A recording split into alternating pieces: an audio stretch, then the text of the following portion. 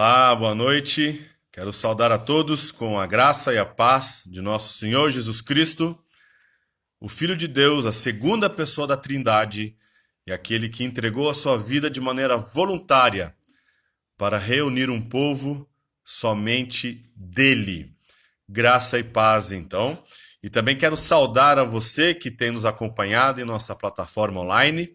Seja muito bem-vindo. É uma alegria quando nós podemos ir aqui estarmos juntos, fisicamente, porém distanciados, mas juntos, querendo e desejando aprender mais do Senhor Jesus Cristo. E vamos então começar com uma palavra de oração. O nosso tempo, a nossa jornada aqui no Evangelho de Marcos. Amém? Vamos orar. Senhor, nós queremos reconhecer a tua grandeza, a tua soberania sobre tudo e todas as coisas. O Senhor é o Rei do Universo, o Senhor é o Criador do cosmos, e o Senhor é aquele que enviou seu Filho para resgatar, pagar o preço de pecadores como nós, pecadores arrependidos, que, movidos pelo Espírito Santo, reconheceram a sua condição e a sua necessidade de um Salvador. Louvamos o teu nome, ó Deus, porque isso não foi nenhuma razão de esperteza da nossa parte, de convicção intelectual da nossa parte, mas uma ação sobrenatural do Espírito. Louvamos o Senhor porque um dia o Senhor nos chamou pelo nosso nome. Pedimos a Deus por esse momento, que o Senhor nos conceda um tempo edificante, um tempo desafiador, que possamos compreender de maneira clara a Tua palavra e que ela possa nos levar, ó Deus, a um compromisso mais sério com o Senhor, com o Teu reino. Em nome de Jesus. Amém. Amém. Então vamos lá, meus irmãos e amigos que nos acompanham. Eu tenho proposto aqui para vocês uma jornada no Evangelho de Marcos. E nós chegamos então no capítulo 11, quarta-feira passada. Nós falamos aqui sobre a entrada triunfal de Jesus em Jerusalém. Ele é o legítimo rei, ele é o cumprimento das expectativas messiânicas do Antigo Testamento. Ele é o ilustre filho de Davi que irá perpetuar o trono. E o nome dele é Jesus. E no episódio de hoje temos algo muito interessante. Jesus ele vai trazer para nós, vamos dizer assim, um sermão prático, um sermão de ação. Ele então vai olhar para uma árvore. Essa árvore possui folhas e nós vamos ver o que acontece então com essa árvore, qual o significado dessa maldição que ele acaba se dirigindo para essa árvore. Depois tem uma conexão com o templo e depois ele volta novamente, né, a lidar com Pedro. Na realidade, relembra que no dia anterior Jesus havia amaldiçoado a árvore e a árvore estava completamente seca até as suas raízes. Então nós veremos que por que o Espírito Santo moveu Marcos, que nós cremos que foi o autor desse evangelho. Ele então coloca a maldição da figueira, depois o episódio quando Jesus purifica o templo e depois quando Jesus passa no dia seguinte e vê a figueira completamente seca, sem vida, inútil. Quando nós falamos que cremos na inspiração das Escrituras, nós estamos dizendo que não que os seus autores eram infalíveis, mas que Deus usou homens santos, que eles escreveram, não psicografaram nada, ok? Eles receberam então um sopro, vamos dizer assim, e eles então passaram a registrar aquilo que Deus havia planejado revelar aos seus filhos, aos seus leitores. Obviamente que cada autor, o Espírito Santo respeitou o seu próprio estilo. Nós vemos estilos diversos na Escritura, desde Gênesis, Apocalipse, vemos vários tipos de estilos de escrita, uma escrita mais formal, mais rica, com vocabulário mais diferenciado. Nós temos outros escritos mais simples. E, contudo, todos eles foram inspirados pelo Espírito Santo. E quando nós falamos que a Bíblia é inspirada, Deus é a fonte dessa inspiração. Portanto, se Deus é a fonte, Deus é perfeito e Deus não falha, a Escritura, então, é infalível e inerrante. Por quê? Porque a sua fonte é infalível, inerrante e perfeita. Então, o que temos aqui é Marcos sendo conduzido pelo Espírito Santo a relatar a história de uma figueira que depois foi amaldiçoada. Depois Jesus entra no templo, ele purifica o templo, e no dia seguinte os discípulos ficam espantados com aquilo que Jesus fez. Ou seja, nós temos aqui então uma grande lição. Isso não está aqui de maneira acidental. Não há nenhum tipo de algo que foi mero acaso na Escritura. Eu gostaria que toda vez que você se aproximasse da Bíblia, que você se aproximasse das Escrituras, você olhasse, tivesse essas lentes, essa visão. Tudo que está escrito e registrado nela, havia uma intenção da parte de Deus, uma intencionalidade infalível, inerrante, jamais acidental. Então, qual o nosso papel? Nosso papel é de nos aproximarmos e, com a graça de Deus e mediante a unção do Espírito Santo, nós entendermos o que era uma sugestão do que era essa intenção. Então, vamos para o nosso texto, Marcos capítulo 11, do verso 12 ao verso 26. Provavelmente essa live será dividida em 2 momentos. Então, leremos hoje do 12 ao 19, e no nosso próximo encontro, então, a lição da figueira, ok? Vamos lá. Então, Marcos, capítulo 11, verso 12, diz assim: No dia seguinte, quando saíram de Betânia, Jesus teve fome, e vendo de longe uma figueira com folhas, foi ver se acharia nela alguma coisa. Aproximando-se dela, nada achou, a não ser folhas, porque não era tempo de figos. Então Jesus disse à figueira: Nunca mais alguém coma dos seus frutos. E os discípulos de Jesus ouviram isto e foram para Jerusalém. Quando Jesus entrou no templo, começou a expulsar os que ali vendiam e compravam, derrubou as mesas dos cambistas e as cadeiras dos que vendiam as pombas, e não permitia que alguém atravessasse o templo carregando algum objeto. Também os ensinava e dizia: Não é isso que está escrito? A minha casa será chamada de casa de oração para todas as nações? Mas vocês fizeram dela um covil de salteadores. E os principais sacerdotes e escribas ouviram isso e procuravam uma maneira de matar Jesus, pois o temiam, porque toda a multidão se maravilhava da sua doutrina. Em vindo à tarde, Jesus e os seus discípulos saíram da cidade. Então, o que nós temos aqui? Nós então vemos que a sequência é: Jesus faz uma entrada triunfal em Jerusalém e ele então chega ao templo. E esse templo é uma construção magnífica. Quem fez foi Herodes. E ela seria terminada apenas em 64 depois de Cristo. Infelizmente, depois de alguns anos, pelas mãos de um general romano, Tito, ele destrói esse templo no ano de 70 e nunca mais Israel teve um outro templo.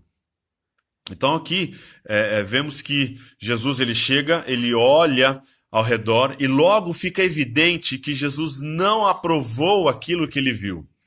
Um povo em um lugar que deveria ser uma luz para as nações havia se tornado um covil de ladrões, um esconderijo para os foras da lei religiosos, algo que não era aceitável para o nosso Senhor. Então, como nosso Senhor responderia àqueles que, apesar de receberem sua graça e a sua bondade, fracassaram em seu papel que receberam do Senhor de serem proclamadores, serem grandes refletores da luz de Cristo para o mundo. Como Jesus responderá hoje se formos igualmente desobedientes no papel que ele confiou para os seus filhos de ser grandes refletores, sal e luz para essa geração. Então quero ver aqui com vocês 3 aspectos, 3 lições que nós temos aqui nessa passagem. Em primeiro lugar, Jesus amaldiçoará aqueles que fazem um espetáculo, um show e não produzem frutos.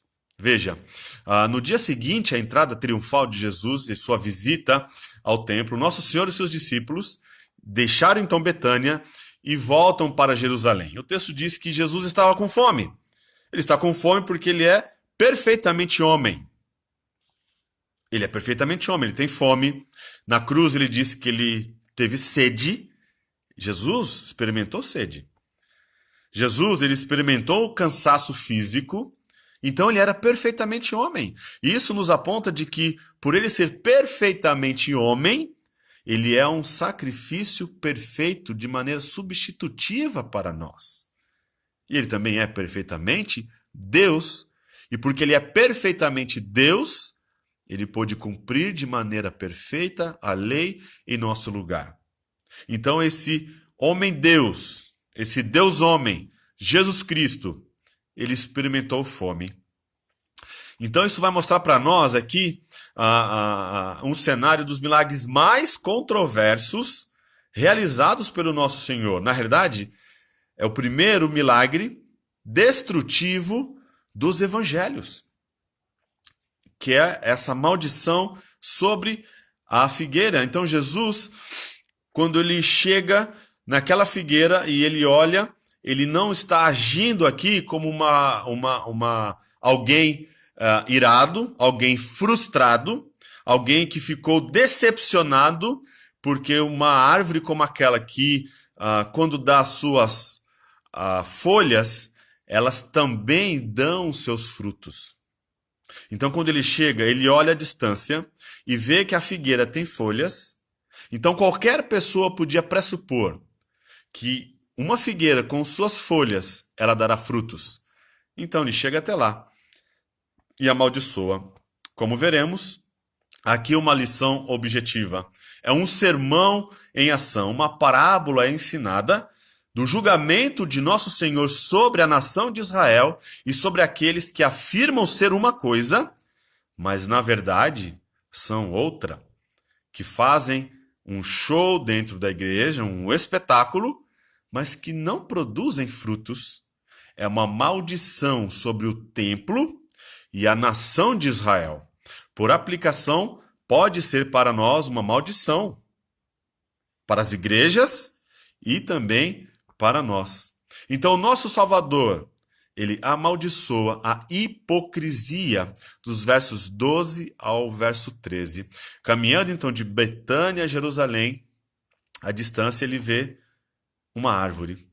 E, embora não seja estação de figos, e o texto nos diz isso, né, no versículo 13, a presença, então, de folhas indicaria que essa árvore teria frutos. Não figos maduros, pelo menos figos verdes. E apesar de não serem tão saborosos por serem verdes, não estarem completamente maduros, eles poderiam ser degustados. Eram degustáveis e poderia então aliviar a fome de alguém. No entanto, a árvore não produziu frutos. Suas folhas então prometiam uma coisa. Aquelas folhas, a distância manifestava algo. Tinha uma aparência, mas não tinha nenhum fruto. Era uma figueira hipócrita. A aparência externa dizia: você pode vir aqui, eu tenho fruto para vocês, posso atender às suas necessidades. No entanto, quando você chega, percebe que foi enganado. Era apenas algo estético, era apenas, vamos dizer assim, um show, era apenas algo visual, uma mera aparência. Infelizmente, foi isso que Israel se tornou, especialmente o templo e os seus líderes religiosos, o Sinédrio também, que supervisionavam a operação do templo. Eles deram uma aparência exterior de grande espiritualidade, de devoção a Deus, mas provaram, no fim, serem hipócritas. Veja, o templo ele tinha um local, um pátio externo, que era onde os gentios ficavam. Os gentios não podiam entrar no templo. Então foi negada essa oportunidade aos gentios de se aproximarem de Deus, ficando então restritos a essa área externa. Os pobres eram explorados pelos cambistas e comerciantes. A cultura do templo havia se tornado grande e impressionante, mas era tudo hipocrisia, uma farsa, uma simples aparência. E Jesus amaldiçoa isso. Não havia evangelho, não havia Deus, não havia esperança para os que precisavam de esperança, não havia cura espiritual para aqueles que precisavam de cura espiritual. Aquilo que deveria ser uma luz para o mundo estava então carregado de mentira, de simples hipocrisia e aparência. A hipocrisia, veja meus irmãos, ela anda de mão dadas com um alto engano. Pensamos que somos uma coisa, quando na verdade somos outra. E o nosso Senhor, então, ele amaldiçoa a hipocrisia. Veja, o nosso Salvador, ele também amaldiçoa aquele que não dá fruto, o infrutífero, dos versos 13 ao 14. Quando ele usa a figura da figueira, Israel frequentemente era comparado, era usado como uma metáfora, né, uma figura de linguagem para uma figueira. Então Jesus chegou à figueira e lá não encontrou nada. E Marcos nos informa que não era a época de figos, mas ela estava apenas ali mentindo. Ninguém mais poderá comer desse fruto. Então Jesus chega e amaldiçoa. Nunca mais você dará frutos. E seus discípulos ouviram isso. Eles estavam lá como testemunhas oculares. Portanto, aquilo que aconteceu não foi um mito, não é uma lenda. É algo real e é algo extremamente didático e pedagógico para nós. A inutilidade pode resultar em inutilidade perene para sempre. Portanto, você que está me ouvindo aqui, o cuidado que devemos ter em nossa vida cristã, em nossa caminhada com Jesus. Nós não devemos ser pessoas inúteis. Inúteis de não produzir frutos. Se você é alguém que, pela graça do Senhor, teve os seus olhos desvendados, você então precisa produzir frutos. Você precisa então engajar em um ministério na igreja. Você precisa entender que o discipulado não é para algumas pessoas. O discipulado é uma ordem para todos os verdadeiros e frutíferos filhos de Deus. Você precisa então ser alguém que vai manifestar uma transformação de vida, uma transformação interna que vai resultar em manifestações, em evidências externas de alguém que recebeu um novo coração. Portanto, quando alguém nos ver, o nosso testemunho é evidência de fruto, é uma evidência de alguém que recebeu um novo coração. Nós é que precisamos do Senhor. Nós temos a necessidade do Senhor. Precisamos de Jesus para nos tornarmos úteis no seu reino e úteis na sua igreja. Em segundo lugar, Jesus então condenará aquele que promete uma coisa, mas oferece outra. Dos versos 15 ao verso 19. Chamamos então nessa passagem a purificação do templo. Na verdade, é a condenação. É a crítica de Jesus à religião falsa. Não é muito forte dizer que ele odeia a hipocrisia, né? Estamos então inclinados a acreditar que realmente houve duas limpezas no ministério de Jesus. Uma no seu início e a outra no ministério. A parábola, então, encenada aqui, esse sermão ativo, esse sermão prático da figueira, encontra a sua realização e a realidade quando Jesus, então, entra no templo e identifica ali como um covil de ladrões. Por quê? Porque os ladrões, aqueles homens, estavam vendendo ovelhas, os animais que deveriam ser sacrificados, porque a Páscoa estava perto, as aves que eram vendidas para os pobres. O pobre, então, a forma dele participar, ter o seu animal sacrificado, então era o mais barato, então era a pomba. Então o nosso Senhor lidará com toda essa iniquidade.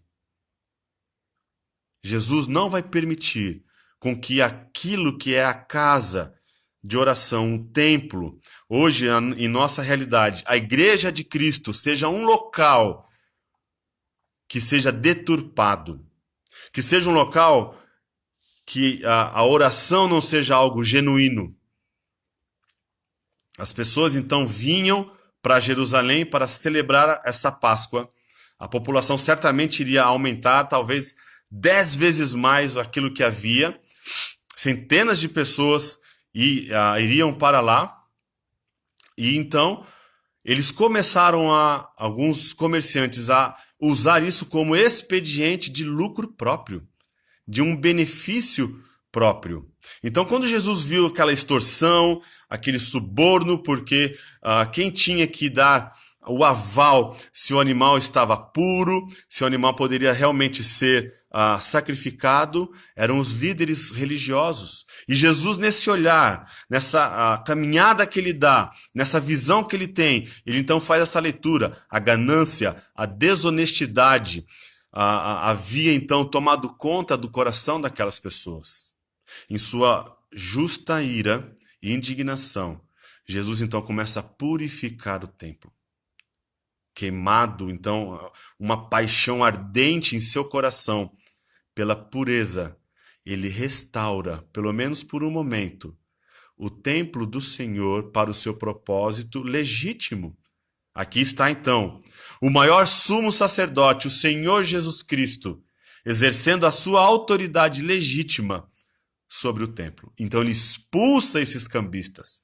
Ele toma, inclusive, um chicote, que diz em outro evangelho, e começa então a tirar, a expulsar aquelas pessoas. E essa expulsão que ele faz, essa palavra é a mesma usada frequentemente para fazer aquele exorcismo, exorcizar os demônios. Portanto, toda maldade é uma abominação para o nosso Senhor. Mas quanto à maldade religiosa em seu nome, ele acha especialmente detestável, e Jesus Cristo vai lidar com isso. Ou seja, o nosso Senhor é justo. O que vemos e temos observado nas mídias, aliás, ao longo da história, como pessoas têm usado de maneira vergonhosa a igreja para obter lucros financeiros egoístas e para si mesmos. Jesus vai lidar com essas pessoas, meus amigos e meus irmãos. Ele não vai deixar impune. A igreja foi algo que ele comprou com seu precioso sangue. Ele é um Senhor justo, ele é um Deus justo. Portanto, ele irá aplicar a sua justiça em seu devido tempo e ele irá purificar a igreja. Em segundo lugar, nosso Senhor julgará a respeito do nosso testemunho. Veja, o versículo 17 nos leva ao coração da ira do nosso Senhor sobre o que o seu templo se tornou. O texto diz, por suas ações e suas palavras, ele começou então a ensiná-los. Veja, ele cita Isaías 56:7. A minha casa será chamada de casa de oração para todas as nações. No entanto, agora citando Jeremias 7,11, ele declara: mas vocês fizeram disso um covil de ladrões. Há muita coisa aqui. Somente Marcos inclui a frase crucial para todas as nações. O que isso nos indica? Que Jesus já está mostrando para aqueles homens que a salvação, que o evangelho, que o resgate que ele irá, que está prestes a pagar, ele já está à sombra da cruz, é algo universal. Não é somente para o judeu, não é somente para a linhagem de Abraão, mas é para todo aquele que crer em Jesus e o receber. Este, então, de todas as nações, será chamado Filho de Deus. O templo, então, de Deus deve ser uma casa de oração, um local de culto que atrai e abençoa pessoas de todas as nações. Não é um santuário para ser apenas admirado, a sua arquitetura elogiada. Não deve exibir segregação ou discriminação. Nós vivemos em época agora, né, por conta de algo que aconteceu em um país americano. Agora as pessoas estão fazendo todo esse movimento. A igreja deve aceitar todas as pessoas. Porque Deus criou todos à sua imagem, à sua semelhança. Portanto, a igreja mostra de maneira clara, ela deve mostrar de maneira clara e legítima que todas as pessoas são aceitas. O pobre, o rico, aquele que é marginalizado, aquele que possui alto grau de instrução, aquele que possui ou que vem de uma origem, de uma etnia pobre, desprezada, e aquele que vem de uma origem diferenciada. A igreja, então, acolhe e recebe todas essas pessoas. Não é a cor, mas é a fé em Cristo que é a marca do reino de Deus. Portanto, quando o Messias veio, ele então purificaria o templo. E agora, não somente purifica o templo, mas ele também inclui os gentios. Veja que coisa tremenda. Sabe quem é o gentio? O gentio sou eu e você. O gentio é aquele que não é judeu. E agora, aquilo que estava oculto no Antigo Testamento se torna agora desvelado. Deus irá incluir em seu plano de redenção os gentios. E ele então agora abre esse expediente. Os gentios não mais ficarão ao redor na área externa do templo, mas serão convidados a adorar o Senhor dentro dos amigos e irmãos. Essa lição é muito interessante para nós. Jesus odeia aqueles que vivem de aparência, aqueles que prometem algo e entregam outro, aqueles que usam a igreja de maneira ilegítima e para os seus próprios ganhos financeiros e gananciosos e cobiçosos. Jesus irá trazer juízo sobre essas pessoas. Jesus irá trazer juízo sobre aquelas que professaram algo, mas são infrutíferos. Que a nossa oração seja que Jesus nos dê a oportunidade de mostrarmos, pela graça dele, frutos de arrependimento, frutos de uma vida transformada, e que se evidencia em serviço à igreja, em servir pessoas, em amar pessoas, e por isso você discipula pessoas, porque o seu desejo é ver pessoas crescendo à imagem e semelhança de Jesus. Veja que algo nobre o Senhor nos confiou. Portanto, que nós possamos aprender. Jesus, ele é um Senhor justo. Ele irá trazer juízo para aqueles que são infrutíferos e ele irá recompensar aqueles que, compreendendo a causa de Cristo e trabalhando pela causa de Cristo, receberão a sua recompensa. Que nosso coração possa se encher de temor e que possamos clamar pela graça do Senhor, mesmo nesse momento de pandemia, que nós possamos ser achados frutíferos para o seu reino. Amém? Quanto ao a nossa plataforma online, amanhã temos às 9 horas da manhã a EBD com o Pastor Edson sobre Romanos.